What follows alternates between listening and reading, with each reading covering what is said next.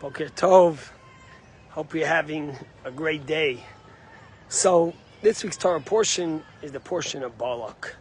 And it starts off by saying, Vayar Balak ben Tzipor, that the Balak, the son of Tzipor, the king of Moab, saw all that Israel had done. And he was worried that Israel would come conquer him. And therefore, he went to Bilam. And he asked Bilam to go. Bilam was the prophet of the Gentiles. He said, I want you to curse the Jewish people. If I can't win them through war, I want you to curse them so they will not attack me.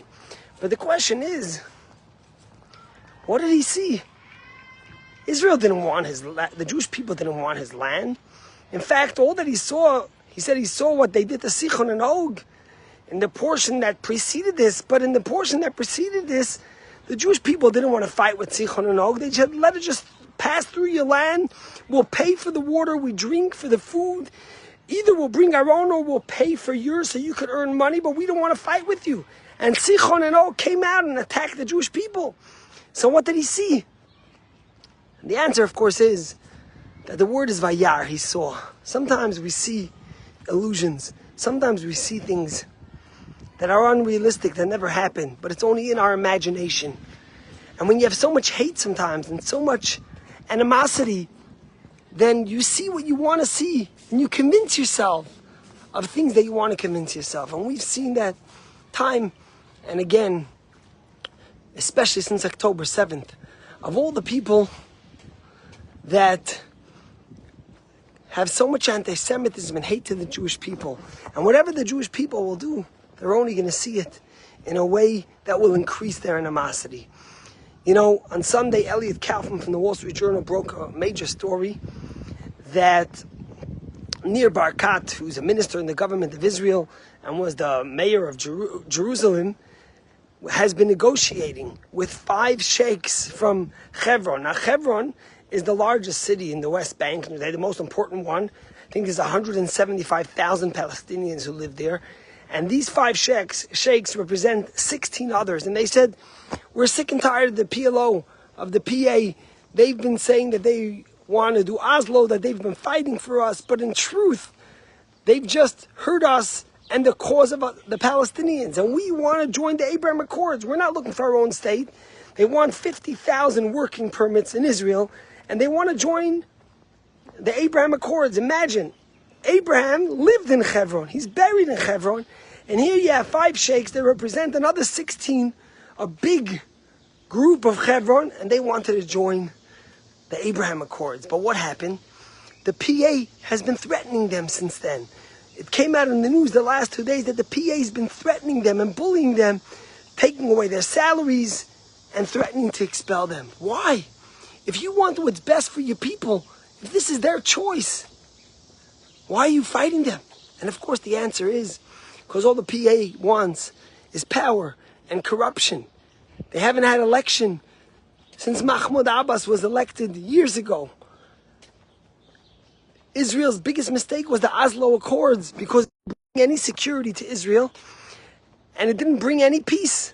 All it did was give the Palestinian Authority a way to control those who really want peace, as we're seeing now in Hebron. Vayar Bilam, Vayar Balak, Balak saw. Sometimes it's our imagination. Everyone says that it's Israel that's the obstacle to peace. But meanwhile, we've had our hands stretched out to peace for so long. Whoever it may be with, we want to live with peace. We want to grow and see a future of opportunity, of innovation, of high tech, of growth. And I think more and more of the Arab countries are understanding that Israel's not their enemy, but that Israel, on the contrary, is the ones that want to grow with them and could help them grow and help their own population. But it takes courage, it takes vision to step out and do that. You know, today is the 12th of Tammuz. The 12th of Tammuz is a very special day in the Chabad calendar because in 1927, when Stalin took over and the Iron Curtain's gates closed, the suffering of the Jewish people was immeasurable because Stalin felt like the Jewish people and the faith was an obstacle to all that he was trying to do with communism.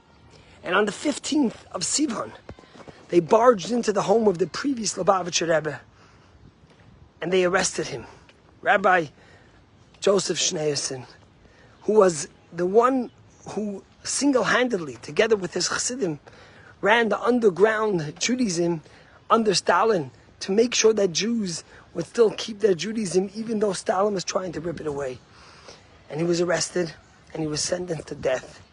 And in fact, he was put into a cell that was pitch dark.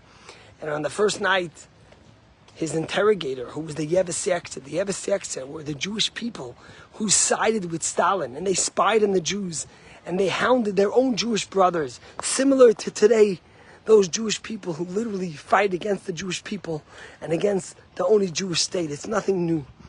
And he came into the Frierdiker Rebbe after a night in this pitch dark room, where the Frierdiker Rebbe, where the previous Lubavitcher Rebbe, Rabbi Schneerson, heard shooting the whole time by firing squad, and he was sentenced to death by firing squad within 24 hours.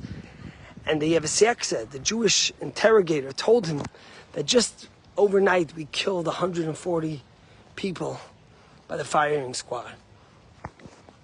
And miraculously, the previous Rebbe, his sentence was commuted to 10 years of hard labor, and then to 3 years in Kostroma, which was a city where he would be exiled, and eventually he was let free today on the 12th of Tammuz in 1927. And in Chabad, it's a day of celebration. But most importantly, it's a day when we celebrate that which was the strength of the Jewish people, even in the Iron Curtain, even under Stalin, to be able to see beyond that which was there, and to see an illusion of positivity, of hope, which the Frierdiker Rebbe instilled in all his Chassidim. In fact, when they found the KGB files from those days and the interrogation of the Chassidim, there were three Chassidim that never, three of the disciples of the previous Rebbe that never buckled under. Three of them that never buckled under interrogation. One was the Lubavitcher Rebbe's father, Reb Leivik, who ended up passing away in Alma Ata in exile. The other ones were Mendel Futterfass, which is my mother's uncle. And the other one was Moshe Rubinson, who was my mother's father, who sat in prison in the Gulag for 2 years for the sin of spreading Torah. And the previous Rebbe said this story, which talks about illusion, speak about division. He said that when he was in prison, what they did was, it was pitch dark. There wasn't even a window, because they didn't want you to know when day was, when night was. They just wanted to rob you of any dignity you had. You knew it was day when they told you to get up. You knew it was night when they told you to go to sleep. You knew it was time to eat when they told you to eat. And the previous Rebbe later wrote that, and he says he remembered like this, that at that moment when it was pitch dark and he couldn't see anything and they tried to rob him of his time, he remembered the story that Talmud says that when Moses went up to Mount Sinai to get the Torah, the clouds blocked him from seeing day and night. And how did he know when it was day or night? When the angels up on high said, Kadosh, Kadosh, Kadosh, holy, holy, holy, which was the prayer of the morning, Moses knew it was morning. And when they said, Baruch Kvod Hashem Imkomo, blessed be God from his place, he knew it was evening.